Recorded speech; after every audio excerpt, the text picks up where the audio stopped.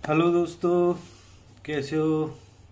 GK TV पर आपका स्वागत है। आज दोस्तों हम शुरू करने वाले हैं आरएएस के लिए। ये आरएएस के लिए सीरीज होगी जिसमें मैं आरएएस मेंस और प्री दोनों का प्रत्येक टॉपिक हम इस सीरीज में कवर करेंगे। और दोस्तों ये टॉपिक इतने एग्जॉस्टिव और इतने व्यापक तरीके से कवर हम करेंगे कि आपको इसके अलावा कोई और सोर्स की जरूरत नहीं पड़ेगी।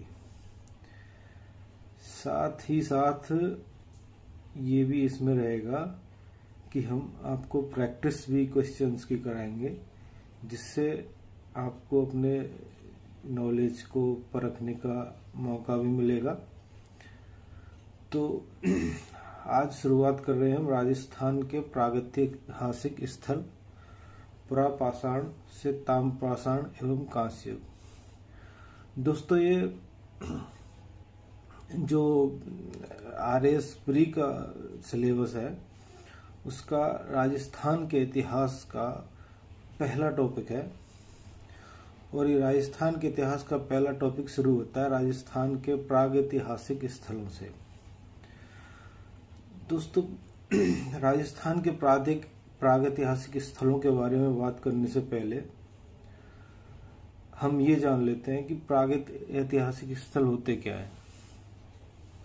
भाई प्रागैतिहासिक क्या है, ये कौन सा काल है, कहाँ से कहाँ तक ये काल माना जाता है।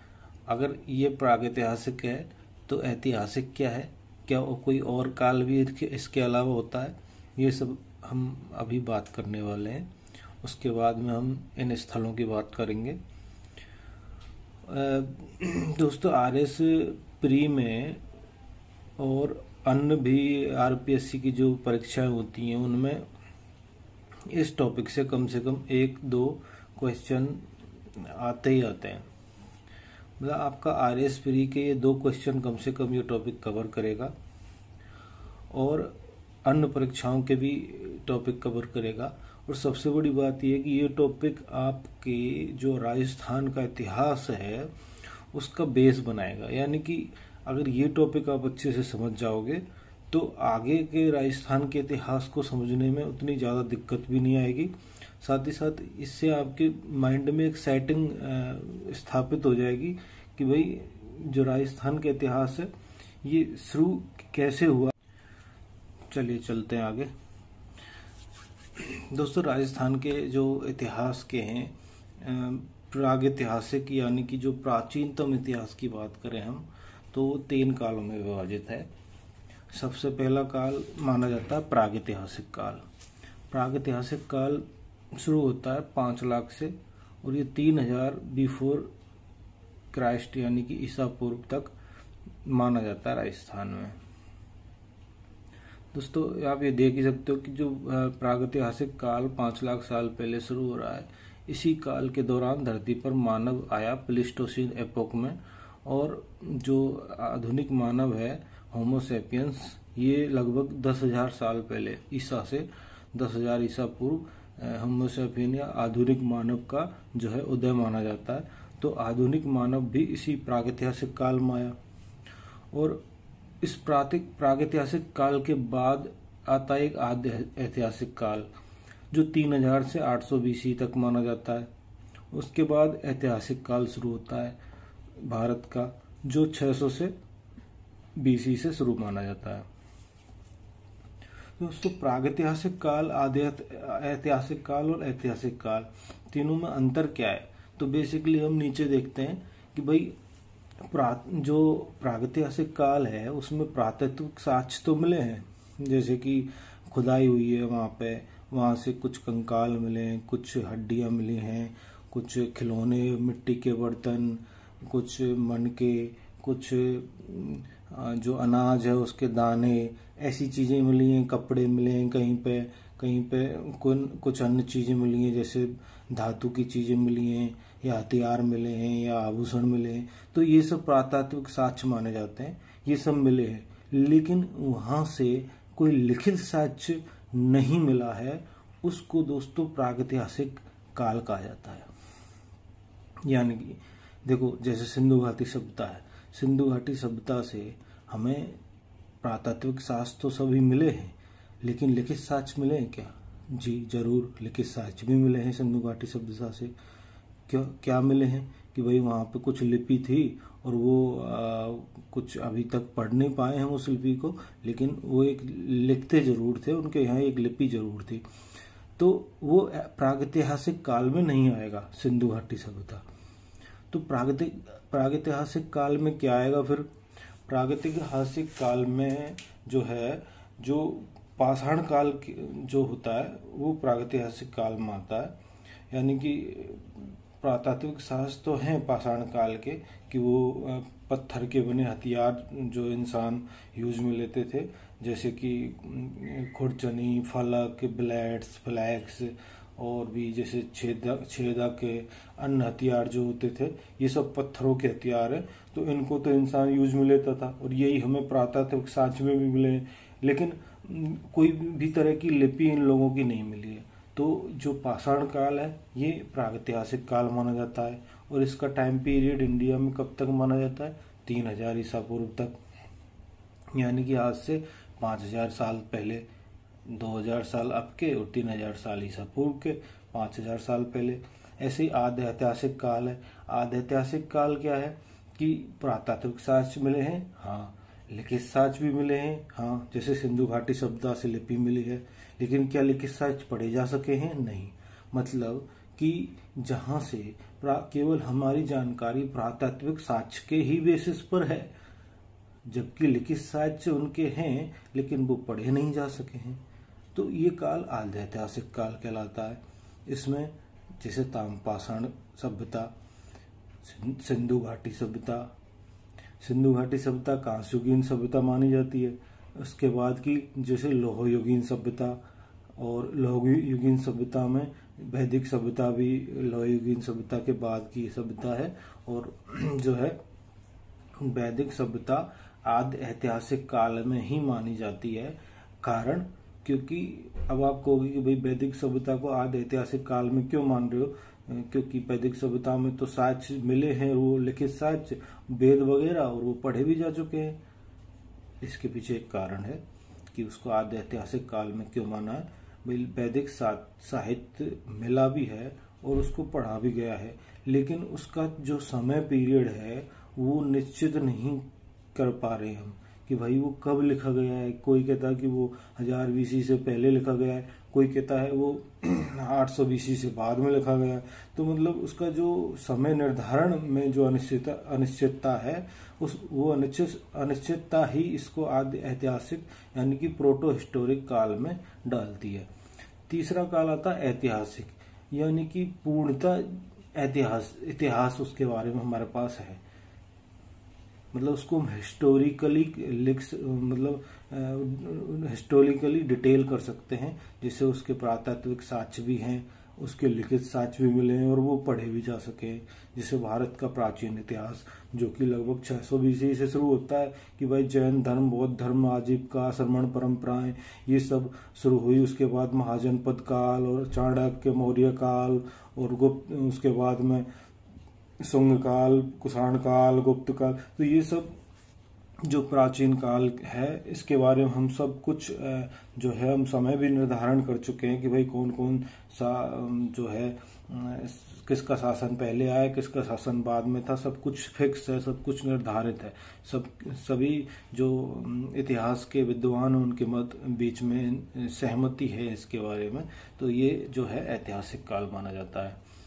अब हम देखते हैं आगे कि ये थोड़ा सा जियोलॉजिकल टाइम स्केल है। अभी मैंने आपको बताया था कि होमो सेपियंस या आधुनिक मानव 10,000 साल पहले आया था।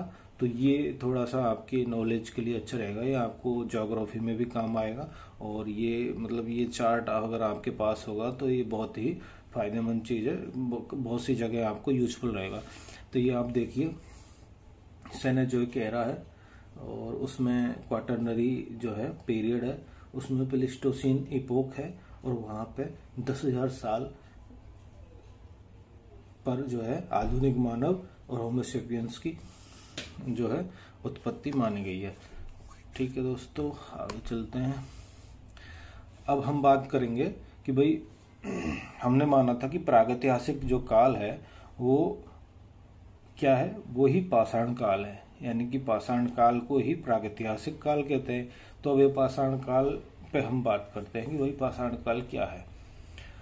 तो दोस्तों पाषाण काल वो काल है जब मानव पत्थर के हथियार, पत्थर के उपकरण, पत्थर के आभूषण और मतलब उसकी सोते खाते उठते बैठते जिंदगी इंसान की पत्थर पे ही निकलती थी, पत्थर में ही रहता था गुफा के अंदर। तो ये काल जो है पाषाण काल माना जाता है। इस काल को दोस्तों 3 भागों में बांटा है, पुरापाषाण, मध्य पाषाण और नवपाषाण। इनको पैलियोलिथिक, मीसोलिथिक एंड नियोलिथिक भी बोलते हैं अंग्रेजी में। पुरापाषाण काल जो है दोस्तों 10,000 साल तक का जो काल है वो पुरापाषाण काल माना जाता है। उसके बाद 9,000 साल से शुरू मानते हैं इंडिया में मेसोलिथिक काल, और 7,000 साल से हमारे यहाँ नियोलिथिक या नवपाषाण काल को शुरू मानते हैं। जो अदर कंट्रीज या मतलब जो वेस्टर्न कंट्रीज का इतिहास है वहाँ पे नवपाषाण को 9,000 साल से शुरू मानते हैं। अब हम देखते हैं कि पुरापाषाण काल के भी यहाँ 3 हिस्से कुछ दिखाए हुए हैं। तो ये क्या है भाई, पुरापाषाण काल काफ़ी लंबा था, मतलब मानव इतिहास जब से उत्पत्ति हुई यानी कि 5 लाख साल से और 10,000 साल तक का जो काल है पूरा हम पुरापाषाण काल मान रहे, बहुत बड़ा पीरियड होगा। तो उसको हम आगे बांट देते हैं, उसको हम निम्न पुरापाषाण, मध्य पुरापाषाण और उच्च पुरापाषाण काल मानते हैं। ठीक है, इसको निम्न को हम पूर्व पुरापाषाण काल भी बोल सकते हैं, मध्य को मध्य ही बोला जाता है, उच्च को हम उत्तर पुरापाषाण काल भी बोल सकते हैं। ठीक है, तो निम्न पुरापाषाण काल है ये आप 5 लाख से मान लो या 2.5 लाख से मान लो, मतलब 5 लाख से और 50,000 साल तक का जो काल है वो निम्न पुरापाषाण काल बोला जाता है। दोस्तों ये जो सब टाइम पीरियड है ईसा पूर्व के है, ये हमेशा याद रखना। जो पाषाण काल है ईसा पूर्व में है, और जो बात कर रहे हैं हम कि 5 लाख से 50,000, तो ये भी ईसा पूर्व के हैं, यानी कि आज से 2,000 साल और ऐड कर दो उसमें। उसके बाद मध्य पुरापाषाण काल 50,000 से 40,000 के बीच में माना जाता है, और उसके बाद में उच्च पुरापाषाण काल जो है वो 40,000 से 10,000 साल तक माना जाता है। ठीक है दोस्तों, एक और इम्पोर्टेंट बात यहाँ पे कि भाई पुरापाषाण काल में जो मानव था वो पूरी तरह से आखेटक और संग्राहक था, यानी कि पत्थर के औजारों से शिकार करता था और उस शिकार को या उस मांस को इकट्ठा रखता था ताकि उसका जीवन यापन हो सके। बस यही उसकी दिन भर की गतिविधि थी। इंसान केवल शिकार करता और उसको इकट्ठा करता। उसके बाद मध्य पाषाण काल में इंसान ने क्या प्रगति की, उसने शिकार के साथ साथ पशुपालन भी शुरू कर दिया। विशेष बात है, मध्य पाषाण काल में इंसान ने शिकार के साथ साथ पशुपालन भी शुरू कर दिया। और पशुपालन क्यों शुरू किया, क्या कारण रहे पशुपालन करने के पीछे, ये हम आगे बात करने वाले हैं। उसके बाद नवपाषाण काल में पशुपालन के साथ साथ इंसान ने कृषि कार्य भी शुरू कर दिया था। यानी कि जैसे जैसे इंसान के पास जो टूल्स थे, हथियार थे, वो डेवलप होते गए, अच्छे हथियार बनते गए, तो इंसान ने भी शिकारी से पशुपालन और पशुपालन से खेती, इन सब चीजों में आगे बढ़ता गया। ठीक है, तो ये हम बात कर चुके हैं अभी कि पुरापाषाण काल मनुष्य मुख्य रूप से आखेटक एवं खाद्य संग्राहक था। अब पुरापाषाण काल के जो 3 भाग थे, निम्न पुरापाषाण, मध्य और उच्च, उन पर थोड़ी सी बात करते हैं। तो जो निम्न पुरापाषाण काल था वो सल्क संस्कृति थी, यानी कि फ्लैक्स जो हथियार थे फ्लैक्स टाइप के वो बहुत ज़्यादा थे उस काल में। और सोहन घाटी एवं बोलन घाटी, ये बोलन घाटी दोस्तों मिर्ज़ापुर है उत्तर प्रदेश का, वहाँ है। और सोहन घाटी ये जो पाकिस्तान है उसमें पंजाब उनका प्रांत है, वहाँ पे सोन नदी की घाटी है। उसके बाद दोस्तों मध्यपाषाण काल में फलक संस्कृति आई, यानी कि ब्लेड्स जो है फ्लैग की जगह ब्लेड्स ने ले ली। और बटकास्म उद्योग आ गया, यानी कि बटकास्म होते हैं गोल पत्थर होते हैं, उनका जो गोल पत्थरों से जितने भी उपकरण है आभूषण और हथियार वगैरह बनाने का उद्योग जो है इसमें मध्य पुरापाषाण काल में पनपा। जो पुरापाषाण काल है दोस्तों ये नर्मदा घाटी और तुंगभद्रा घाटी, इन दो नदी घाटियों में भारत में देखा जाता है। और ये 50,000 से 40,000 साल तक था। उसके बाद उच्च पुरापाषाण काल आया, ये सल्क फलक संस्कृति, यानी कि यहाँ पे फ्लैक्स और ब्लेड्स दोनों की बहुतायत मिलती है। ये छोटा नागपुर घाटी, कर्नाटक, मध्य भारत आदि आदि कई जगहों पे भारत में इसके स्थल पाए जाते हैं। और आधुनिक मानव जो है होमोसेपियंस का उदय भी इसी में हुआ था 10,000 वर्ष के समथिंग, हमने अभी बात की थी इसके बारे में। तो दोस्तों यहाँ पे दो चीज़ें आपको दिख रही हैं, सल्क और फलक, यानी कि फ्लैक्स एंड ब्लेड्स। ये क्या चीज़ें हैं, थोड़ा सा इसके बारे में बात करते हैं। फ्लैक्स दोस्तों एक मतलब छोटे आकार का, ये एक नुकीली पत्थर की जो है चाकू टाइप की होती है। और ब्लेड्स जो है ये फ्लैक्स का ही बड़ा रूप होती है, यानी कि ब्लेड जो है ये फ्लैक्स से बड़ी होती है। और इसकी जो ब्लेड की खुद की चौड़ाई से लंबाई लगभग 2-3 गुनी लंबाई होती है, तो उसी चीज को यहाँ पे ब्लेड्स बोला जाता है। ठीक है। उसके बाद दोस्तों ये अब तक तो एक ओवरव्यू थोड़ी सी जानकारी थी जो आपको भारत का जब प्राचीन इतिहास पढ़ोगे तब भी काम आएगी और आगे भी काफ़ी काम होने वाली है वो। तो उसके बाद में अब हम आते हैं मेन टॉपिक पर, और वो है राजस्थान में प्राचीन सभ्यता के स्थल कौन कौन से हैं।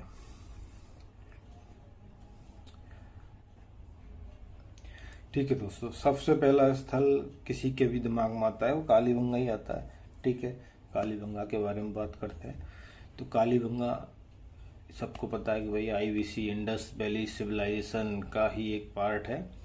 और ये जो है सिंधु घाटी जब सभ्यता है उसका राजस्थान में एक बड़ा केंद्र है। राजस्थान में अगर हम सिंधु घाटी सभ्यता की बात करें तो सिर्फ यही एक बड़ा केंद्र निकल के आता है। और इसका समय पीरियड है 2400 से 2250 ईसा पूर्व के समथिंग। यानी कि ये जो सिंधु घाटी सभ्यता है उसका सबसे प्रथम नगरों में से एक है। और दोस्तों ये जो समय पीरियड है ये राजस्थान अध्ययन बुक में दिया हुआ है। और इसकी जो सबसे पहले ज्ञान हुआ वो एलपी टोसीटोरी खोज करता है, इसके अमलानंद घोष थे। और बीवी लाल और बीके थापर इसके उत्खनन करता थे। अगर दोस्तों यहाँ पे क्वेश्चन आता है कि भाई कालीबंगा के उत्खनन में सबसे प्रमुख योगदान किसका है, तो आपको यहाँ पे अमलानंद घोष करना है। ठीक है। प्राचीन सरस्वती नदी जो अब घग्गर नदी है और ये हनुमानगढ़ जिले में है, वहाँ इसकी स्थिति है। दोस्तों यहाँ पे 2 टीले मिले थे कालीबंगा में। आप इधर से थोड़ा देखिए तो यहाँ पे आपको दिख रहा है एक पश्चिमी टीला, एक पूर्वी टीला। पूर्वी टीला पश्चिमी टीले से थोड़ा नीचे था और बड़ा था। और पूर्वी टीला को नगर टीला माना गया है जो नीचा था, और जो ऊंचा टीला था पश्चिमी उसको दुर्ग टीला माना गया है। साथ ही दोनों टीले चारों तरफ से एक सुरक्षा दीवार से घिरे हुए थे।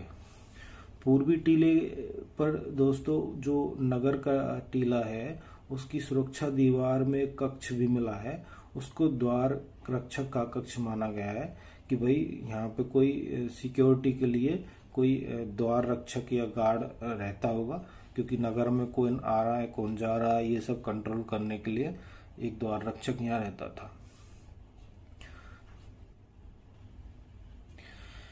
दोस्तों यहाँ पे प्राक हड़प्पा कालीन और हड़प्पा कालीन, यानी कि हड़प्पा से पहले के टाइम पीरियड का और हड़प्पा के समकालीन टाइम पीरियड का दो टाइम का जो है पुरातात्विक अवशेष हमें मिले हैं। और यहाँ पे जो है 5 स्तरों में खुदाई हुई है और उनमें जो निचले 2 स्तर हैं उनको प्राक हड़प्पा कालीन माना गया है, ऊपरी 3 स्तर हैं उनको हड़प्पा के समकालीन माना गया है। ठीक है। और यहाँ पे जो है कच्ची एवं पकी ईंटों का उपयोग, यानी कि दोनों ही साक्ष्य मिले हैं कि भाई कच्ची ईंटों का भी उपयोग किया गया है और पकी हुई ईंटों का भी यहाँ उपयोग हुआ है कालीबंगा में। ठीक है। अब हम बात करते हैं कि प्राक हड़प्पा कालीन जो अवशेष हैं वो क्या क्या मिले हैं। तो ये अवशेष आपको दिख ही रहे हैं दोस्तों।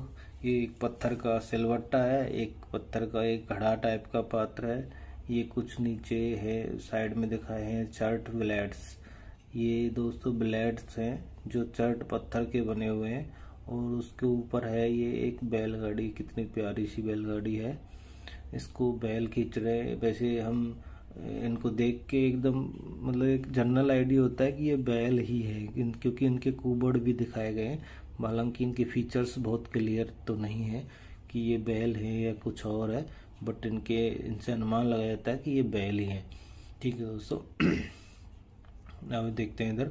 तो प्राक हड़प्पा कालीन जो है उसके कुछ ये पॉइंट्स हैं। कच्ची ईंटों का ज़्यादा प्रयोग हुआ है यहाँ पे, परकोटे से बाहर दोहरे जुते हुए खेत के साथ। ये बहुत इंपॉर्टेंट पॉइंट है। मतलब यहाँ पे जो दोहरे जुते हुए खेत के साथ मिले हैं वो प्राक हड़प्पा कालीन टाइम के हैं, यानी कि हड़प्पा जो इंडस वैली सिविलाइजेशन है उससे पहले से ही यहाँ पे खेत जोते जाते हैं और खेती की जाती थी। वो भी ग्रिड पैटर्न पर खेती, यानी कि एक साथ 2 फसलें उगाना। ग्रिड पैटर्न में क्या होता है, आड़ तिरछा जोताई होती है, तो आड़ी लाइनों में एक बीज डाल दिया, तिरछी लाइनों में एक बीज डाल दिया, और ऐसे एक साथ दो दोहरी फसल उगाने का। जैसे आज भी देखा होगा आपने दोस्तों, कई जगह पे किसान जैसे गेहूं की फसल उगा रहा, उसके बीच बीच में कुछ और सब्जी वगैरह भी उगा देते हैं। तो ये एक तरह से दोहरी फसल का उदाहरण है। उसी तरीके से यहाँ भी दोहरी फसल उगाई जाती थी। और यहाँ से एक बेलनाकार तंदूर मिला है और तंदूर के नीचे पुताई हो रखी है। आजकल भी मतलब अभी तक भी यहाँ पे क्या है, हनुमानगढ़ साइड में इस तरह के तंदूर मिलते रहे हैं। और मकान यहाँ पे है दिखाया गया, उसमें 4-5 कमरे, आंगन, बरामदा, चूल्हा, यानी कि काफ़ी बड़े मकान होते थे।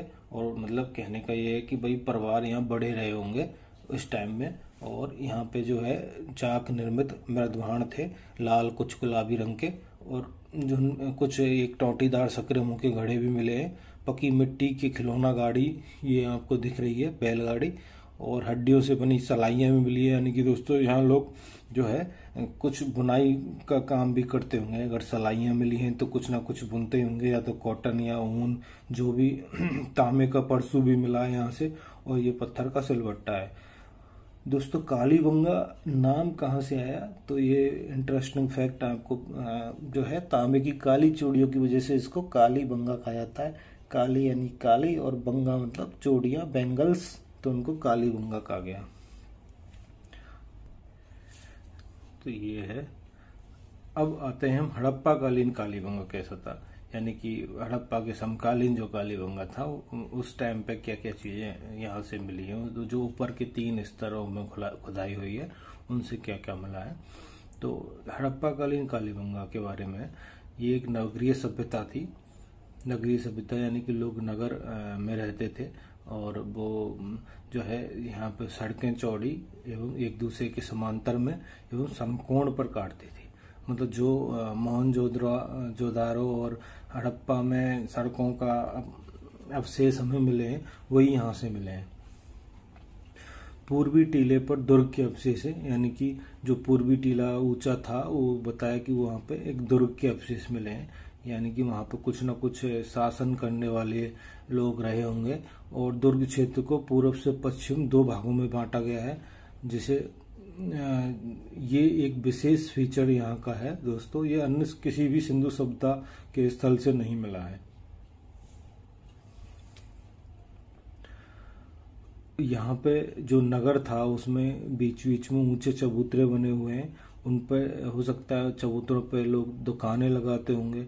घरों के मुख्य द्वार गली में खुलते थे।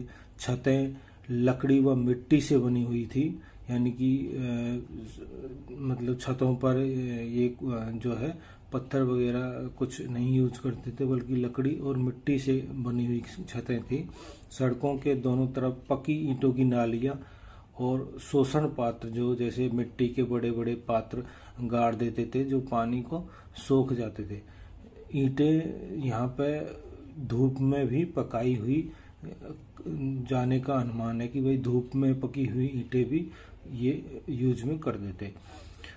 उसके बाद दोस्तों तांबे का प्रयोग यहाँ से मिला है। मिट्टी के बर्तन जो हैं यहाँ पे भूरे काले रंग के और उनके ऊपर सफेद रंग से ज्यामितीय रेखाएं बनाई जाती थी। ये बहुत इंपॉर्टेंट पॉइंट है कि यहाँ से बर्तन कैसे मिले हैं, भूरे काले रंग के। जो कालीबंगा है यहाँ से भूरे काले रंग के बर्तन मिले हैं और उनके ऊपर सफेद ज्यामितीय रेखाएं। लिपि सिंधु लिपि के जैसे ही थी, दाएं से बाएं। अभी तक इस लिपि को पढ़ा नहीं जा सका है। बेलनाकार यहाँ से मोहर मिली हैं। टेराकोटा का हल भी मिला है, और टेराकोटा यानी कि जो पकी हुई मिट्टी का हल है। यहाँ से दोस्तों सबसे प्राचीनतम भूकंप के साक्ष्य मिले हैं। अग्नि वेदी मिली है और फर्श में अलंकृत ईंटों का प्रयोग हुआ है।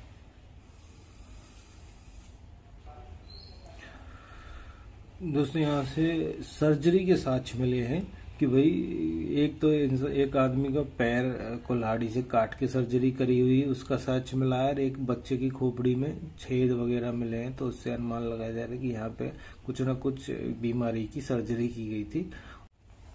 भोजन दोस्तों यहाँ पे शाकाहारी और मांसाहारी दोनों तरीके का करते थे यहाँ के लोग। फल, दूध, दही, जौ, गेहूं और मांस के साक्ष्य मिले हैं। तो अनाजों में अगर देखा जाए तो जौ और गेहूं के साक्ष्य मिले हैं। ठीक है।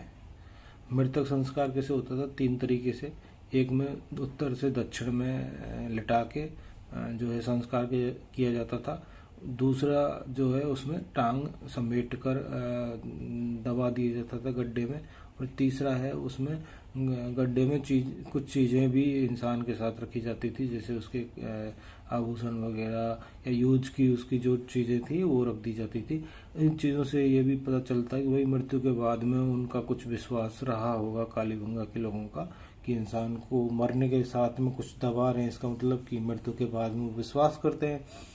और पालतू जानवर में यहाँ पे भेड़, बकरी, गाय, भैंस, बैल, भैंसा और सुअर, ऊंट और कुत्ता ये लोग पाले जाते थे यहाँ पे। ठीक है दोस्तों, अब आते हैं हम कालीबंगा से क्या क्या नहीं मिला है। तो ये बहुत इम्पोर्टेंट पॉइंट है कि यहाँ पे चावल के कोई भी साक्ष्य नहीं मिले हैं, और क्योंकि कालीबंगा को सिंधु घाटी सभ्यता का ही एक नगर माना गया है, लेकिन यहाँ पे मोहनजोदारो की तरह का कोई लिंग या मातृशक्ति की मूर्ति नहीं मिली है। तो 2 चीज़ें, एक तो चावल के साक्ष्य कालीबंगा से नहीं मिले हैं, दूसरा यहाँ पे कोई भी मूर्ति मातृशक्ति की नहीं मिली है। उसके बाद अगला हमारा जो स्थल है वो है आहड़। आहड़ दोस्तों उदयपुर में है, और ये आयड़, बेड़च और बनास इन 3 नदियों के पास में है। यानी कि आयड़ और बेड़च जो है बनास नदी की सहायक नदियां हैं, और मुख्य रूप से ये आयड़ नदी पर है। और इसको ताम्रवती नगरी भी कहा जाता था। इसको आधारपुर या आधार दुर्ग भी कहा गया है, और आघाटपुर भी कहा गया है। और ये जो आघाटपुर नाम था इसका, ये 11वीं 12वीं शताब्दी के आसपास ये नाम रहा होगा, ऐसा इतिहासकारों का मानना है। इसका टाइम पीरियड 2100 से 1500 ईसा पूर्वी का माना जाता है। दक्षिणी पश्चिमी राजस्थान का ये प्रमुख जो है केंद्र था सभ्यता का। ताम्रयुगीन सभ्यता का ये वहाँ का प्रमुख केंद्र था। दोस्तों यहाँ पे एक टीला है धूलकोट। धूल और कोट, ये इसका मतलब भी यही होता है कि धूल का टीला। उसका उत्खनन RC अग्रवाल ने किया था। ये राजस्थान पुरातत्विक विभाग के डायरेक्टर थे। सबसे पहले आज़ादी के बाद इनको नियुक्त किया गया था और इन्होंने यहाँ पर उत्खनन करवाया था। आहड़ दोस्तों एक ताम्रपाषाण का सभ्यता है। यहाँ पे तांबे के हथियार और आभूषण मिले हैं और इसका सबसे इम्पोर्टेंट पॉइंट है कि एक ग्रामीण सभ्यता है। कालीबंगा हमने देखी थी, वो एक नगरीय सभ्यता थी, वहाँ पे नगर के साक्ष्य। आहड़ से कोई नगर के साक्ष्य नहीं मिले हैं, ये ग्रामीण सभ्यता थी। आहड़ में दोस्तों 3 स्तर की खुदाई हुई है। प्रथम चरण से पत्थरों के जो स्फटिक पत्थरों का प्रयोग, यानी कि स्फटिक पत्थरों से बहुत सी चीजें बनाई हुई हैं, हथियार, औजार, जो भी आभूषण वगैरह। द्वितीय चरण से ताम, कांस और लोह के उपकरण मिले हैं। तीसरे चरण से मृद भांड की बहुतायत मिली है। दोस्तों यहाँ पर निवास स्थान मुलायम काले पत्थरों से बनाए जाते थे। नदी की मिट्टी से उन पर प्लास्टर या लेप किया जाता था। छत बांस की ढलवा बनाई जाती थी या फिर वहाँ खपरेल का भी कहीं कहीं उपयोग किया गया है।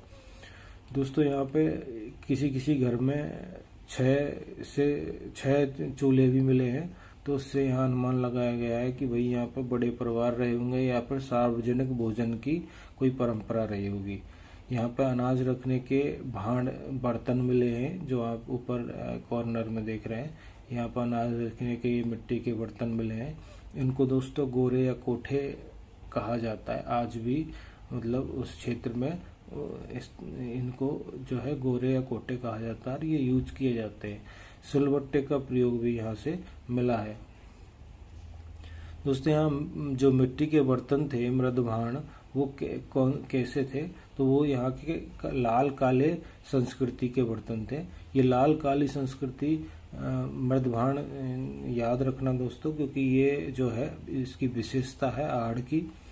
चित्रांकन बहुत कम इन पे मिला है, कुछ बिंदु या रेखाएं हैं और चाक का प्रयोग भी यहाँ पे कम हुआ है। यहाँ पे एक पानी का या शराब परोसने का बर्तन भी मिला है, जिसमें कोई हाथ से पकड़ने का नहीं दिया हुआ है। और ऐसे जो जलपात्र वो ईरान से भी मिले हैं, तो ऐसा माना जाता है कि भाई ईरान से कुछ इसका कनेक्शन रहा होगा। यहाँ पे दोस्तों प्रमुख जो काम थे लोगों के, वो मृदभांड बनाना, तांबा गलाना, यानी कि यहाँ के लोगों को धातु कर्म का ज्ञान था कि तांबे के अयस्क से तांबा धातु कैसे निकाली जाए, और यहाँ के लोग रंगाई छपाई का काम भी जानते थे। यहाँ से मुद्राएं और मोहरें दोस्तों 6 तांबे की मुद्राएं मिली हैं, जिन पर एक पर त्रिशूल गुदा हुआ है, एक पर अपोलो है। अपोलो जो है यूनान का देवता था प्राचीन समय का, उसका खड़े हुए का चित्र है। उसके हाथ में तीर और कमान है और उसके साथ में यूनानी भाषा में कुछ लिखा हुआ है। इस सिक्के को दोस्तों 200 ईसा पूर्व का माना गया है और 3 मोहरें मिली हैं। उन 3 मोहरों पर भी भव बिस पलित्सा एवं तातीय सोमसन, ये 3 अलग अलग मोहरों पर लिखा हुआ है।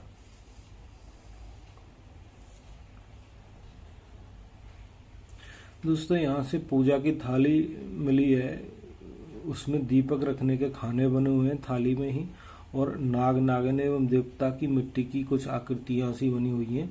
तो उससे अनुमान लगाया जाता है कि भाई यहाँ के लोग कोई इष्ट देवता की पूजा प्रार्थना करते होंगे, या फिर यहाँ की स्त्रियां उस थाली में दीपक जलाती होंगी।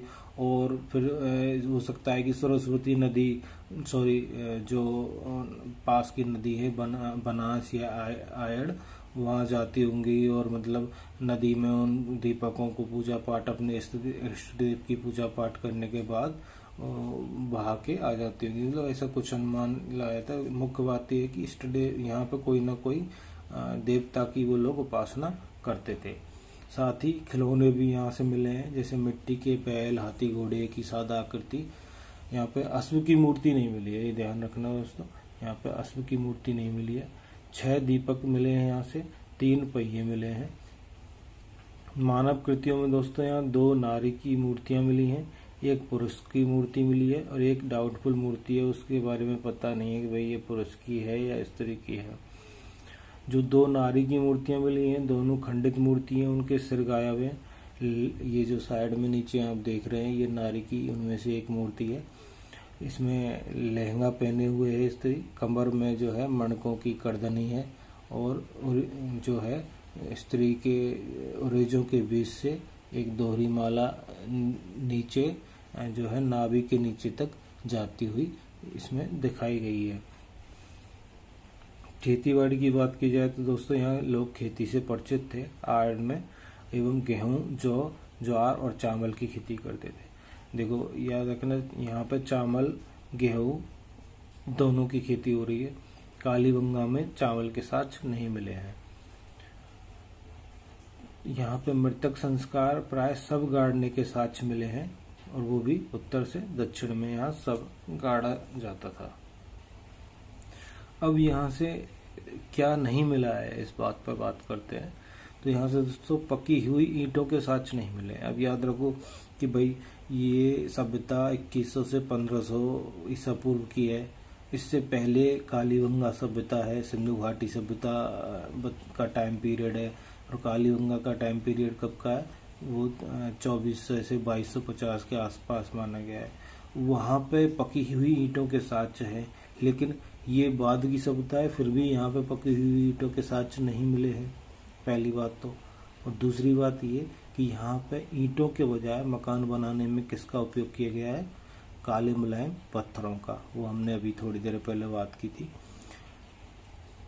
अगला पॉइंट है दोस्तों, आहड़ सभ्यता से जुड़े जो अन्य स्थल हैं जहाँ पे आहड़ सभ्यता के जैसे सब लगभग समान जो है खुदाई में चीजें मिली हैं, तो वो है बालाथल, गिलूंड, भगवानपुरा एवं ओजियाना। अब इनमें ओजियाना पे स्टार इसलिए लगाया है दोस्तों क्योंकि ये यार्ड सभ्यता के स्थलों में एकमात्र स्थल है जो पहाड़ी पर है स्थित है। भारत के अन्य जो स्थल हैं जो आहड़ सभ्यता से मेल खाते हैं दोस्तों, वो है एरन, कायथा, नब्दा टोली, हड़प्पा एवं नागदा। अभी हमने दोस्तों आहड़ सभ्यता से जुड़े हुए स्थलों की बात की है, तो लगे हाथ हम इन पर थोड़ी सी डिस्कशन कर लेते हैं। तो सबसे पहले गिलूंद है। गिलूंद ये राजसमंद जिले में है, बनास नदी पर है। प्रोफेसर बेबीलाल ने इस स्थल की खोज की थी। ताम्र पाषाण युगीन सभ्यता है ये भी, और यहाँ पे बाद की सभ्यताओं के अवशेष भी मिले हैं। और यहाँ का जो विशेष यूनिक पॉइंट है वो है यहाँ का विशाल भवन। जो ऐसा इतना बड़ा भवन आहड़ से भी नहीं मिला है, यहाँ एक विशाल भवन मिला है 100 बाई 80 फीट का। यहाँ पकी ईंटों के साक्ष्य मिले हैं। देखो दोस्त, यहाँ पे पकी हुई ईंटों के साक्ष्य है, जबकि आहड़ सभ्यता से आहड़ जो जगह है उससे पकी हुई ईंटों के साक्ष्य नहीं मिले हैं। साथ ही साथ चूने के प्लास्टर के साक्ष्य, यानी कि ये लोग कुछ आहड़ से भी एडवांस थे। यहाँ पे पकी हुई ईंटों पर प्लास्टर, चूने का प्लास्टर के साक्ष्य है। और मृद भाणों पर ज्योमेत्रीय चित्रांकन के साथ साथ प्राकृतिक चित्रांकन भी यहाँ मिला है। यानी कि आहड़ सभ्यता के लोग तो केवल ज्योमेत्रीय रेखाएं, आकृति बनाते थे बर्तनों पे, मिट्टी के बर्तनों पे, लेकिन यहाँ पे जो है फूल पत्ती, पेड़ पौधे, यानी कि नेचुरल चीजों को भी उकेरना इंसान ने शुरू कर दिया था। उसके बाद है आहड़ सभ्यता से जुड़ा हुआ दूसरा स्थल बालाथल। बालाथल ये उदयपुर जिले में है और ताम्रपाषाण कालीन सभ्यता का स्थल है। यहाँ भी विशाल भवन के अवशेष मिले हैं जिसमें 11 कमरे हैं तथा एक दुर्ग जैसी इमारत के अवशेष भी यहाँ से मिले हैं। यहाँ दोस्तों मिट्टी की कच्ची ईंटों का प्रयोग किया जाता था। ज्यादा औजार यहाँ तांबे के मिले हैं। हालांकि ये ताम्रपाषाण कालीन सभ्यता है और ताम्रपाषाण कालीन सभ्यता का मतलब हुआ कि तांबे और पत्थर दोनों के ही औजार जिस जगह से मिले हों, लेकिन यहाँ तांबे के औजार ज्यादा मिले हैं। यानी कि यहाँ लोगों ने पत्थर के औजारों को धीरे धीरे छोड़ दिया और तांबे का बहुतायात हो गया। साथ ही कृषि, आखेट एवं पशुपालन के साक्ष्य मिले हैं।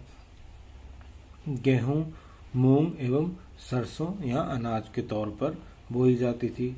गाय बैल पाले जाते थे। यहाँ के जो मिट्टी के बर्तन हैं वो चमकदार पॉलिश वाले होते थे और उन पर जो है या तो खुरदरी होती थी उनकी भारी दीवार या फिर दीवार चिकनी होती थी और उनको दीवार को चिकना कैसे किया जाता था, कपड़े की मदद से या ब्रश की मदद से। यहाँ अनाज भंडारण के लिए मिट्टी की कोठियाँ मिली हैं दोस्तों। ऐसी कोठियाँ आज से कुछ टाइम पहले तक भी होती थी, जिसमें अनाज भंडारण के लिए मिट्टी की लोग गांव में कोठियाँ बनाते थे और उनमें अनाज का जो है भंडारण करते थे। तो यहाँ से वो अनाज भंडारण की मिट्टी की कोठियाँ मिली हैं। बैल और कुत्ते की मृण मूर्तियाँ यहाँ से मिली हैं। आहड़ में भी ऐसी बैल की मूर्तियाँ मिली थी और यहाँ लोग मांसाहारी के भी साक्ष्य मिले हैं और यहाँ पे लोहा गलाने की भट्टी भी मिली है। ये बाद की संस्कृति में लोहा जब आया होगा तो उस टाइम से हो गई। उसके बाद सबसे इम्पोर्टेंट पॉइंट यहाँ का है दोस्तों, बुने हुए कपड़े के साक्ष्य मिले हैं। यानी कि कपड़ा बुना गया है, रुई से हो सकता है या फिर रुई है और उसको बुना गया है दोस्तों। तो यानी कि लोग बुनाई जानते थे। इम्पोर्टेंट चीज़ है कि यहाँ के लोगों को बुनाई आती थी। और उसके बाद एक स्थल है ओजियाना। ओजियाना भी आहड़ से जुड़ा हुआ स्थल है और ये भीलवाड़ा जिले में है। ये 2500 से 1500 ईसा पूर्व तक का इसका समय माना जाता है। यहाँ पे इम्पोर्टेंट कुछ पॉइंट हैं, वो हैं एक तो गाय की यहाँ से मिट्टी की मूर्ति मिली है छोटी सी। ये स्थल पहाड़ी पर स्थित है। आहड़ के अन्य स्थलों जो है स्थल है वो नदी घाटियों में है, लेकिन ये स्थल पहाड़ी पर स्थित है। साथ ही साथ यहाँ सभ्यताओं के 3 स्तर मिले हैं। प्रथम स्तर में खेती के साक्ष्य मिले हैं। काले लाल मृदभांड पर सफेद चित्रांकन, वही काला लाल मृदभांड आहड़ सभ्यता से मिले थे और मकान कच्ची ईंटों के हैं। द्वितीय स्तर से मकान निर्माण में मिट्टी की ईंटों के साथ पत्थरों का भी प्रयोग किया गया है। और तीसरे स्तर से मृदभांड पकाने की विधि भी यहाँ अलग थी। आहड़ के जो अन्य स्थल है उनसे पकाने की विधि अलग मिली है। साथ ही साथ यहाँ का एक इम्पोर्टेंट पॉइंट है कि भाई ओजियाना बुल का एक सफेद चित्रित बैल का एक वो है, यहाँ पे मूर्ति मिली है और उसको ओजियाना बुल कहा जाता है। दोस्तों ये वीडियो थोड़ी सी बड़ी होने वाली है, लेकिन इसके बाद आपको किसी और स्रोत की जरूरत नहीं पड़ेगी राजस्थान की प्राचीन सभ्यताओं को पढ़ने के लिए, ये तय है। इसके बाद हम बात करते हैं बैराट की। बैराट दोस्तों ये जयपुर जिले में स्थित है और मुख्य रूप से ये पहाड़ियों से घिरा हुआ स्थान है। यहाँ पे बीजक की पहाड़ी और भीमजी की डूंगरी पहाड़ी, एक तरीके से ये पहाड़ियों से घिरा हुआ स्थान है। और ये बीजक की पहाड़ी और भीमजी की डूंगरी है, ये रेत के टीले हैं उन पहाड़ियों के बीच में। इन रेत के टीलों में उत्खनन किया गया है और वहाँ से ये बैराट की सभ्यता मिली है। ये ताम्रयुगीन सभ्यता ही मानी जाती है। और अब ये ताम्रयुगीन सभ्यता क्यों मानी जाती है, इसके पीछे कारण ये है कि बैराट के पास में ही गणेशर नीम के थाने से बड़ी मात्रा में तांबे के उपकरण मिले हैं, जो इसके पास में ही जगह है। अब गणेशर एक ताम्रयुगीन सभ्यता है, इसीलिए इसको भी ताम्रयुगीन सभ्यता माना गया है। यहाँ पे लौहयुगीन सभ्यता के भी साक्ष्य मिले हैं, क्योंकि यहाँ से 18 किलोमीटर उत्तर में जोधपुरा जयपुर में ही एक गांव है, वहाँ पे लोहा गलाने की भट्टियाँ मिली हैं।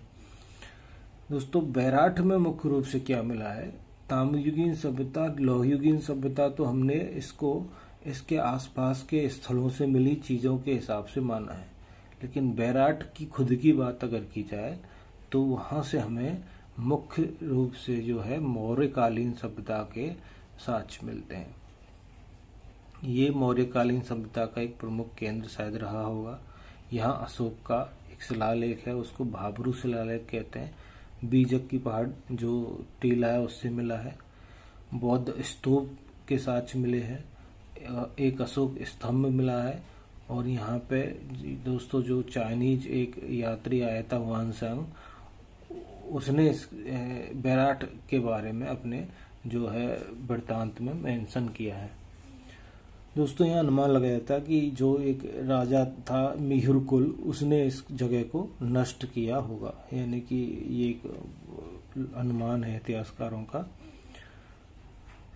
दोस्तों यहाँ के आसपास की तांबे की खानें गावड़ी, गणेसर, खोदरीबा, अहीरवाला, सोनारी, खेतड़ी आदि आदि हैं। मुगल काल में जिनसे यहाँ से तांबे की टकसाल भी चलाई जाती थी। आदि मानव की शैल सभ्यता के अवशेष भी यहाँ से मिले हैं, शैल चित्र। भवन निर्माण में दोस्तों यहाँ मिट्टी की पकी ईंटों का प्रयोग होता है।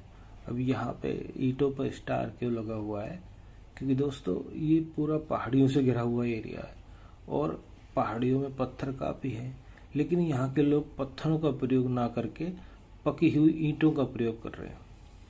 ये कुछ मतलब एक यूनिक सा पॉइंट हो जाता है कि भाई जहाँ पत्थर की बहुतायत है वहाँ पत्थर का प्रयोग नहीं कर रहे हैं लोग, ईंटों का प्रयोग कर रहे हैं।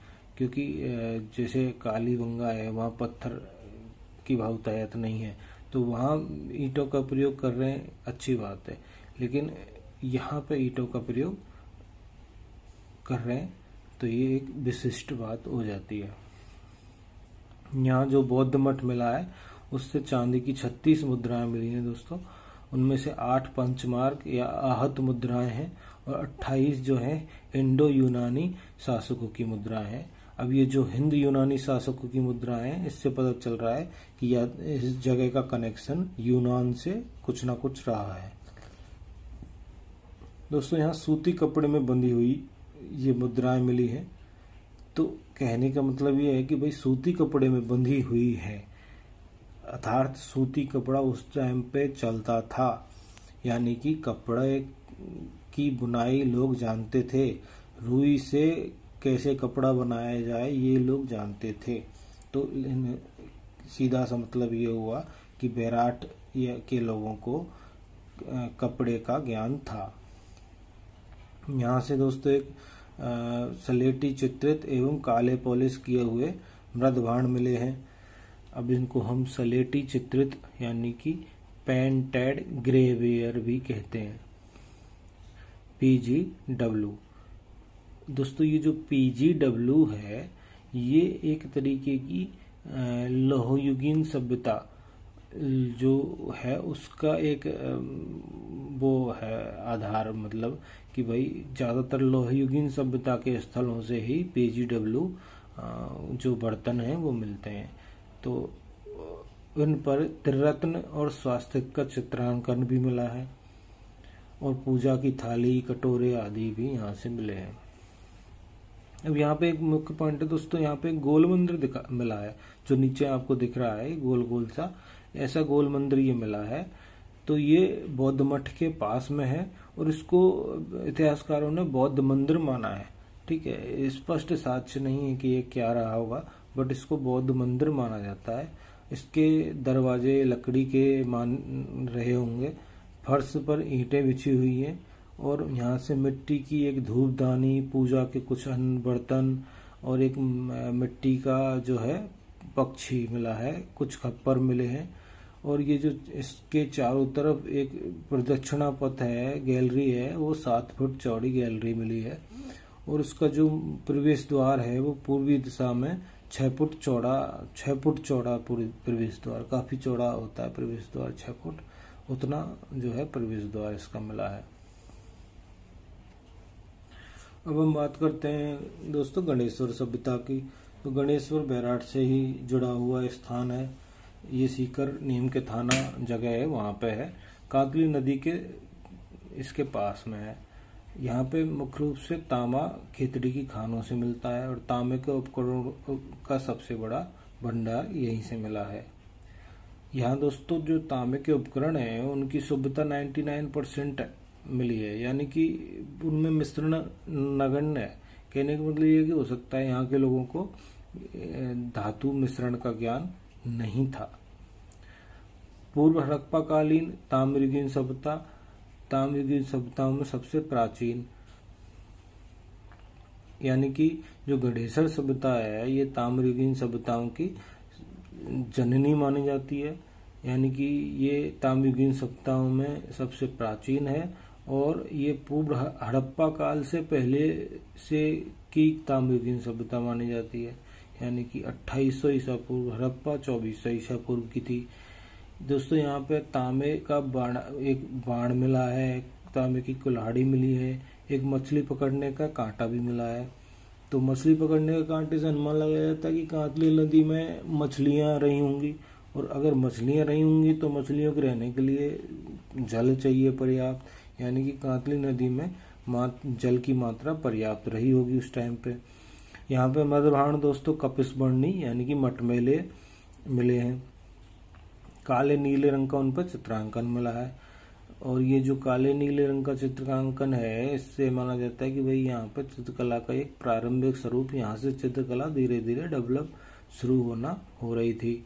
और मिट्टी के छल्लेदार बर्तन केवल यहीं से मिले हैं जो ताम्रयुगीन सभ्यता के स्थल हैं उनमें। और यहाँ पे मकान पत्थर से बनाए जाते थे। दोस्तों यहाँ पे एक बांध के साक्ष्य भी मिले हैं।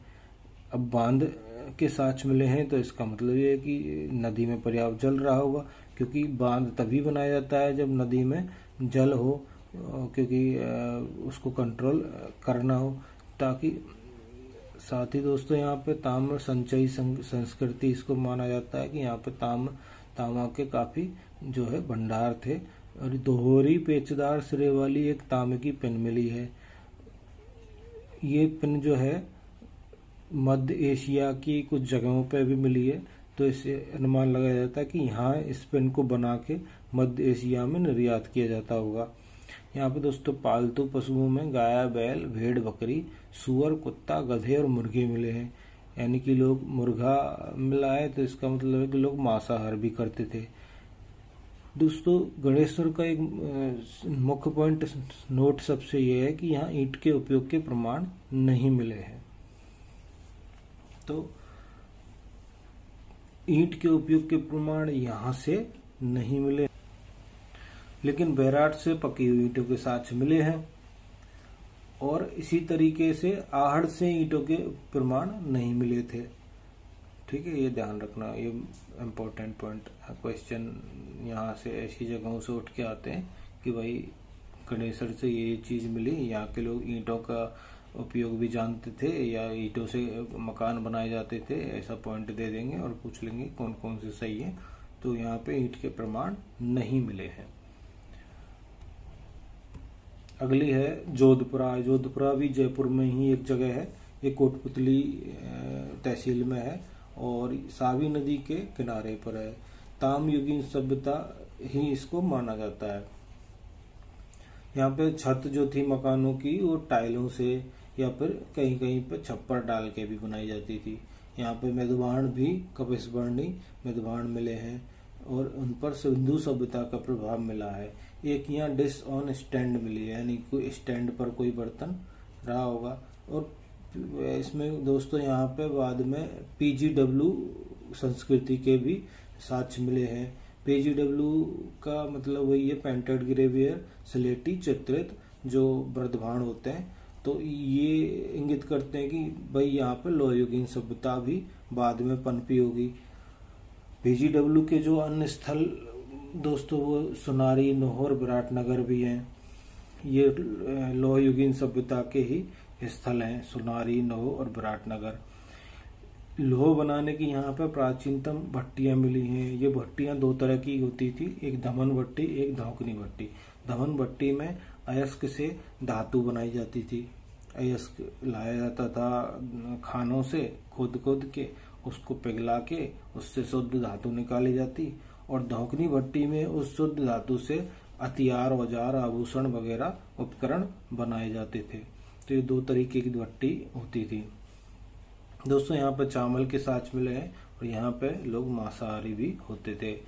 यहाँ पे घोड़े के रथ के प्रयोग के साक्ष्य मिले हैं, यानी कि ये लोग रथ जानते थे बनाना और उसमें उसको घोड़े से खींचते थे। यहाँ पे बाद की संस्कृतियों में मौर्य, सुंग और कुषाण कालीन अवशेष भी मिले हैं। पीजीडब्ल्यू संस्कृति से ये भी पता चलता है कि भाई यहाँ पे जो आर्यों के प्रारंभिक स्थल ये रहे होंगे। आदि आर्य जो उनकी संस्कृति थी उसके स्थल ये थे। तो जोधपुरा से ही रिलेटेड दोस्तों फिर ये पीजीडब्ल्यू और लोह युगीन सभ्यता से जुड़ा हुआ स्थल है। सुनारी झुंझुनू में जिले में है और यहाँ पे भी लोह बनाने की वही प्राचीनतम भट्टियां मिली है, दमन भट्टी और धौकनी भट्टी। यहाँ पे जो ये लोह की भट्टियां हैं इनमें उपलों का प्रयोग किया जाता था आग जलाने के लिए। यहाँ पे भी चावल के साक्ष्य मिले हैं। यहाँ पे आखेट भी करते थे लोग और खेती भी करते थे। पीजीडब्ल्यू संस्कृति है। लोहे का बना यहाँ से प्याला मिला है। यहाँ पे एक बृहत भंडारण पात्र मिला है मिट्टी का, उसको मूंड कहा जाता है। और यहाँ पे इसे भी मौर्य, सुंग एवं कुषाणकालीन अवशेष मिले हैं। अब एक अगला स्थल है नौ, ये भी पीजीडब्ल्यू और लोह युगीन सभ्यता का स्थल है।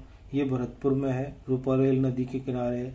यहाँ पे इम्पोर्टेंट ये दोस्तों कि यहाँ 5 सांस्कृतिक युगों के अवशेष मिले हैं। यहाँ पे प्रथम स्तर से कपिसवर्णी मृद पात्र मिले हैं। पकी हुई मिट्टी की ईंटों का प्रयोग भी मिला है। ताम्र सामग्री यहाँ पे नहीं मिली है। दूसरे स्तर से काले लाल रंग के पात्र, यानी कि काला लाल रंग तो वही हो गया ताम्र पाषाण कालीन जो आहड़ और गिलुंड से पात्र मिले थे, तो ये यहाँ से भी मिले हैं। दोस्तों यहाँ कपड़े के अवशेष मिले हैं और लोहे के प्रमाण भी मिले हैं। तो ये जो दूसरा स्तर है 12वीं सदी ईसा पूर्व के आसपास का था और यहाँ से लोहे के प्रमाण मिले हैं, जो कि इंडिया में सबसे प्राचीन प्रमाण है लोहे के। अर्थात ये माना जाता है कि भाई लोह युग यहाँ पे 12वीं सदी ईसा पूर्व में प्रारंभ हुआ था। ये बहुत इम्पोर्टेंट पॉइंट बन जाता है कि लोह युग के सबसे प्राचीनतम साक्ष्य नोह से मिले हैं। तीसरे स्तर से दोस्तों यहाँ पीजीडब्ल्यू संस्कृति के साक्ष्य मिले हैं। जनरली ये होता है कि पीजीडब्ल्यू संस्कृति के साथ साथ ही लोह जो है उसके साक्ष्य मिलते हैं लोहे के, लेकिन यहाँ लोहे के साक्ष्य पीजीडब्ल्यू से पहले से ही पाए जा रहे हैं। इसका मतलब यहाँ लोह जो युग की शुरुआत पहले से ही हो चुकी थी। और पीजीडब्ल्यू पर काले रंग से ज्यामितीय चित्रांकन यहाँ किया गया है। मृद पात्र पर यहाँ स्वास्तिक के चित्र मिले हैं। चिड़िया की आकृति का एक ढक्कन मिला है, मतलब उस पर ऊपर पकड़ने के लिए चिड़िया के जैसी आकृति थी ढक्कन पर, और वो किसी मिट्टी के पात्र पर ढका जाता होगा। रिंग बेल्स भी मिले हैं और लोहे के तीर एवं भाले भी यहाँ से मिले हैं। दोस्तों यहाँ पे एक हवन कुंड के पास से एक मुद्रा मिली है और उस मुद्रा पे लिखा हुआ है पाप अत्तस। ये पाप अत्तस एक तरीके से संस्कृत का शब्द है और दोस्तों ये वैदिक धर्म की पुनर्स्थापना के बारे में बताता कि भाई हो सकता है यहाँ इस स्थल पर वैदिक धर्म की पुनर्स्थापना हुई हो, या वैदिक धर्म से जुड़ा हुआ स्थल भी ये हो सकता है। तो दोस्तों ये हमारे लोह युगीन सभ्यता से जुड़े हुए स्थल भी हो गए। सुनारी, नोह और ये जोधपुरा, ये सब लोह युगीन सभ्यता से जुड़े हुए स्थल थे। उसके बाद में हम बात करते हैं बागौर की। बागौर दोस्तों ये सबसे पुराना स्थल है, यानी कि मध्य पाषाण युगीन स्थल इसको माना गया है।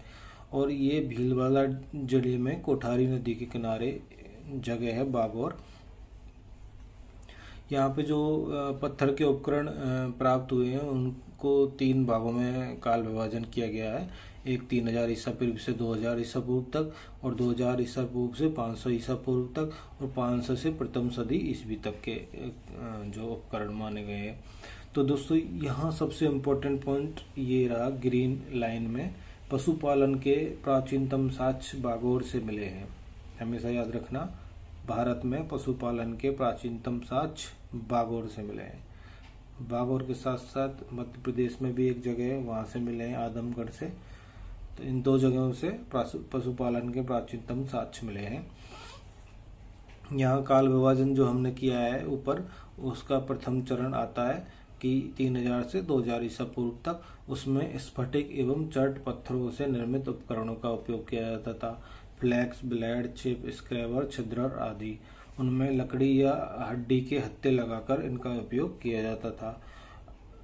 इसमें माइक्रोलिथ भी यहाँ से मिले हैं। मतलब ये जो फ्लैक्स ब्लेड वगैरह होते थे ये माइक्रोलिथ आकार के होते थे, यानी कि सूक्ष्म आकार के होते थे।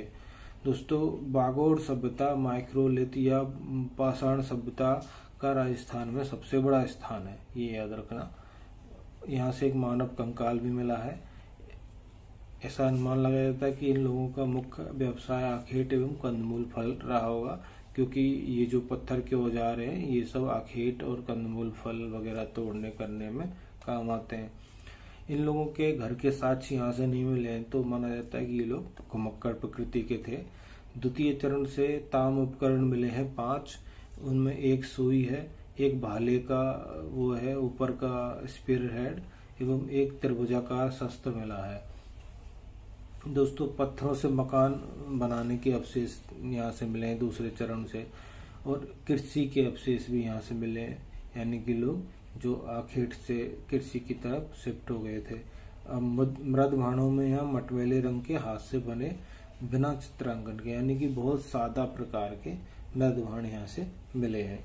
यानी कि जो है मृद भाण बनाने की कला यहाँ उतनी विकसित नहीं थी बाकी स्थानों की तरह, तो वो भी मतलब नेचुरली है, क्योंकि मध्य पाषाण युगीन ये एक स्थल है और मध्य पाषाण में तो उतनी कला वेदभाण बनाने की या चाक वगैरह विकसित हुए नहीं थे। तो ये निश्चित रूप से हाथ से बने हुए और मटमैले, क्योंकि यहाँ कुछ चित्रांकन या पेंटिंग भी ये लोग नहीं जानते होंगे, तो वो हाथ से बना दिए नॉर्मली और उन्हीं का यूज करते थे। तीसरे चरण से लोग दोस्तों यहाँ पे कृषि की प्रधानता बहुत बढ़ जाती है और मांसाहार जो है वो कम हो गया यहाँ पे, यानी कि ये और डेवलप होते जा रहे हैं लोग। समाधान के साक्ष्य यहाँ से मिलते हैं, तो वो उत्तर दक्षिण में सीधी टांग करके लटा दिया जाता था। सबके साथ कुछ खाने पीने की चीजें, आभूषण वगैरह भी रखी जाती थी, और एक सब पर जो है ईंट की दीवार करी हुई मिली है, तो उससे अनुमान लगाया जाता है कि यहाँ लोग समाधि भी लेते थे। दोस्तों, मृदभाण यहाँ पे दोस्तों पतले एवं टिकाऊ, और वो भी चाक से बनाए हुए आ गए। अब यहाँ देखो तीसरा चरण है, यानी कि प्रथम चरण में तो जो है मृदभाण ही नहीं थे, लोग घर ही नहीं जानते थे मृदभाण क्या जानते होंगे। दूसरे चरण में मृदभाण आ गए और लोगों ने, लेकिन वो हाथों से ही काम चलाओ अपना बना लेते थे। तीसरे चरण में चाक भी आ गया और वो मतलब अच्छे टिकाऊ और पतले मृदभाण बनाना शुरू कर दिया और उन पर रेखाएं भी बनाना शुरू कर दिया। और यहाँ पत्थरों से बने मकानों के अवशेष भी मिले हैं कि ये लोग पत्थरों से बने मकानों में रहना शुरू कर दिया इन लोगों ने। बागौर के साथ साथ दोस्तों जो पाषाणकालीन कुछ और स्थल भी राजस्थान में हैं, जैसे सोजत में है एक, तलवाड़ा, धनेरी, तो स्थल भी हैं, उनको भी आप याद रखना। अब हम ये हो गए मध्य पाषाण और पाषाण काल के स्थल, तो इनके बाद बातें हम कुछ मिसलेनियस ये जगह हैं उनके बारे में। तो इनमें है एक रंग महल, ये हनुमानगढ़ जिले में है, और हनुमानगढ़ में ये सरस्वती नदी के पर ही था, और ये प्रथम सदी ईस्वी पूर्व से तीसरी सदी ईस्वी तक का इसका टाइम पीरियड है। यानी कि यहाँ से जो चीजें मिली हैं वो प्रथम सदी ईस्वी पूर्व से तीसरी सदी ईस्वी तक की टाइम की है। यहाँ पे दोस्तों 3 बार बस्ती बसने और उजड़ने के साक्ष्य मिले हैं। हालांकि आहड़ से ऐसे साक्ष्य मिले कि वहाँ कई बार बस्ती बसी और कई बार उजड़ी, लेकिन यहाँ 3 बार बस्ती बसने एवं उजड़ने के साक्ष्य मिले हैं। तीनों बार की जो बस्तियां हैं उनसे यहाँ लगभग समान मृदभाण प्रकार के मिले हैं, कोई माइनर उनमें थोड़ा बहुत चेंज है, बाकी सभी चाक पर बने हुए हैं। और जो है यहाँ पे सिंधु कालीन, कुषाण कालीन और पूर्व गुप्त कालीन अवशेष भी मिले हैं। यहाँ पे दोस्तों जो मिट्टी की मूर्तियां थी वो गांधार शैली में बनाई जाती थी। इनमें से एक शिक्षक एवं शिष्य की मूर्ति मिली है, एक भिक्षु भिक्षुणी की मूर्ति मिली है। यहाँ पे आज सिक्के एवं कनशकालीन तांबे की मुद्राएं मिली हैं तथा 2 कांसे की शीलें मिली हैं जिन पर ब्राह्मी लिपि में कुछ लिखा हुआ है। मृदभाण लाल या गुलाबी रंग के यहाँ बनाए जाते थे। कांसे के आभूषण और लोहे के उपकरण भी यहाँ से मिले हैं। चावल की खेती के साक्ष्य मिले हैं। मंदिर के प्रमाण भी मिले हैं दोस्तों। और मातृ देवी शिव एवं कृष्ण की भक्ति के प्रमाण यहाँ से मिले हैं। और मकान यहाँ ईंटों से बनाए जाते हैं। ऑब्वियसली ये प्रथम सदी ईस्वी पूर्व की बात कर रहे हैं हम, तो ये सब चीज़ें यहाँ होनी है, क्योंकि ईंटों का प्रयोग और ये चावल की खेती और ये कांसा तांबे के आभूषण और ये लाल गुलाबी मृदभाण, ये सब चीज़ें 1500 और 2000 ईसा पूर्व से ही शुरू होना शुरू हो गई थी। जो सिंधु घाटी और ये आहड़ वगैरह सभ्यता के स्थल है वहीं से, ताम्रयुगीन जो स्थल है वहीं से, तो ये प्रथम सदी ईसा पूर्व में तो सब नॉर्मल होने ही थे। लेकिन यहाँ इम्पोर्टेंट पॉइंट ये है कि यहाँ एक गांधार शैली की जो है मूर्तियाँ मिली हैं, जो मिट्टी की बनी हुई गांधार शैली की मूर्तियाँ मिली हैं। और 3 बार बस्ती उजड़ने एवं बचने के साक्ष्य मिले हैं। अब है एक रेड करके जगह है, ये टोंक में है, निवाई तहसील में, और ये ढील नदी के किनारे पर है। ये भी लगभग 303 सदी ईस्वी पूर्व से और 2री शताब्दी तक का स्थल है। यहाँ पे दोस्तों मुद्राएं मिली हैं जिन पर मालव जनपदस्थ लिखा हुआ है, तो उससे अनुमान लगाया जाता है कि ये मालव जनपद का क्षेत्र रहा होगा। एवं एशिया का यहाँ सबसे बड़ा सिक्कों का भंडार मिला है दोस्तों, इसलिए इसे एशिया का टाटा नगर भी कहा जाता है, और राजस्थान का टाटा नगर, सॉरी। मथुरा कला की नर्तकी की मूर्तियाँ यहाँ पे मिली, मिट्टी की बनी हुई, यहाँ याद रखना। रंग महल में गांधार शैली की है और रेड में मथुरा शैली की मूर्ति है। शीशे की जो एक वो मिली है दोस्तों यहाँ मुद्रा, और उस पर ब्राह्मी लिखी में मालव जनपद लिखा हुआ है। चांदी की यहाँ सैकड़ों आहत मुद्राएं मिली हैं दोस्तों। लोह उपकरण बनाने का भी ये एक बड़ा केंद्र रहा था उस समय पे। अब कुछ इम्पोर्टेंट ये समरी पॉइंट है, जैसे ताम्रयुगीन सभ्यता के महत्वपूर्ण स्थल कौन कौन से थे? गणेश्वर, खेतड़ी, दरीबा, ओजियाना, कोडाडा और ऑब्वियसली आहड़ थाई। और लोहयुगीन सभ्यता के महत्वपूर्ण स्थल सुनारी, ईसपाल, जोधपुरा, रैंड, ये सब लोहयुगीन सभ्यता के स्थल हैं। और पाषाणीय सभ्यता संस्कृति के प्रमुख स्थल तो उनमें सोजत, धनेरी, तिलवाड़ा और बागौर तो सबसे बड़ा स्थल है ही।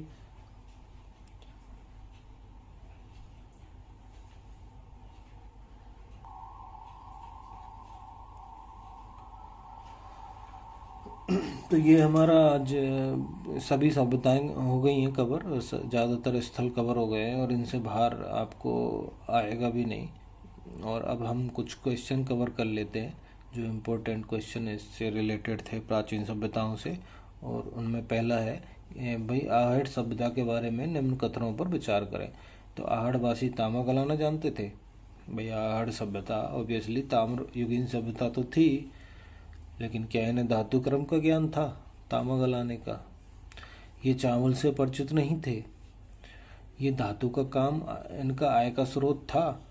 यहाँ काले लाल रंग के मृदभाण मिले हैं जिन पर सफ़ेद रंग की ज्यामितीय आकृतियाँ उकेरी गई हैं।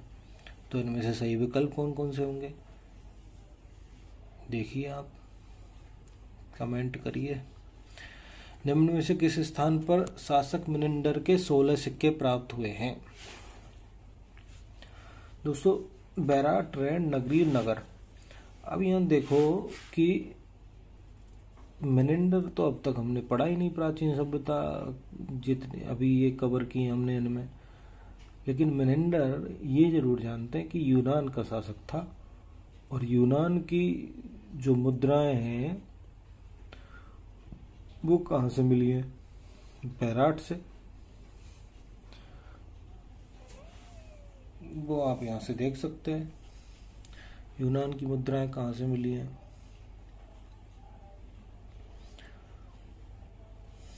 यहाँ पे 36 मुद्राएं मिली थी बौद्ध मठ से, जिनमें 8 पंचमार्क थी और 28 हिंद यूनानी शासकों की मुद्राएं थी। तो शायद आपको आंसर मिल गया है, और अगर नहीं मिला है तो आप कुछ और सर्च कर सकते हैं। मध्य प्रदेश में एक जगह है आदमगढ़ एवं राजस्थान में बागौर से प्राचीन साक्ष्य मिले हैं।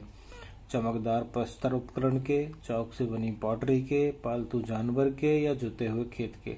अब जुते हुए खेत के तो है नहीं भैया, ये तो कालीबंगा से मिले हैं।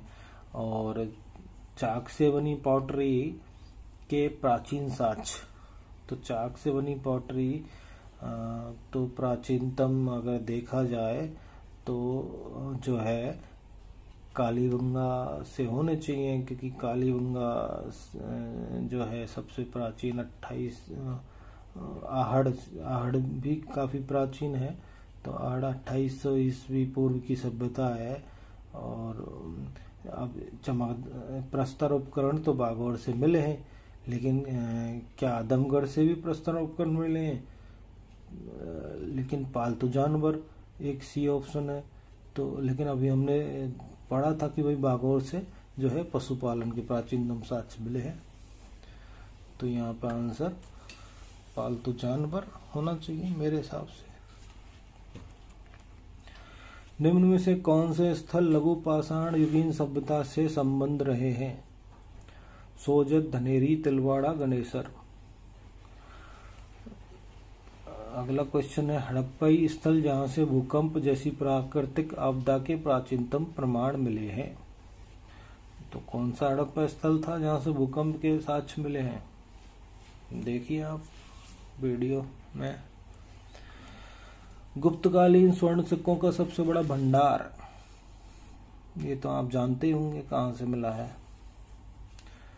वीडियो में तो मिलेगा नहीं आपको ये, इसीलिए मैंने क्वेश्चन ये डाला है, क्योंकि ऐसे एक दो क्वेश्चन इधर उधर से छोटी छोटी चीज़ों के भी पूछ लिए जाते हैं।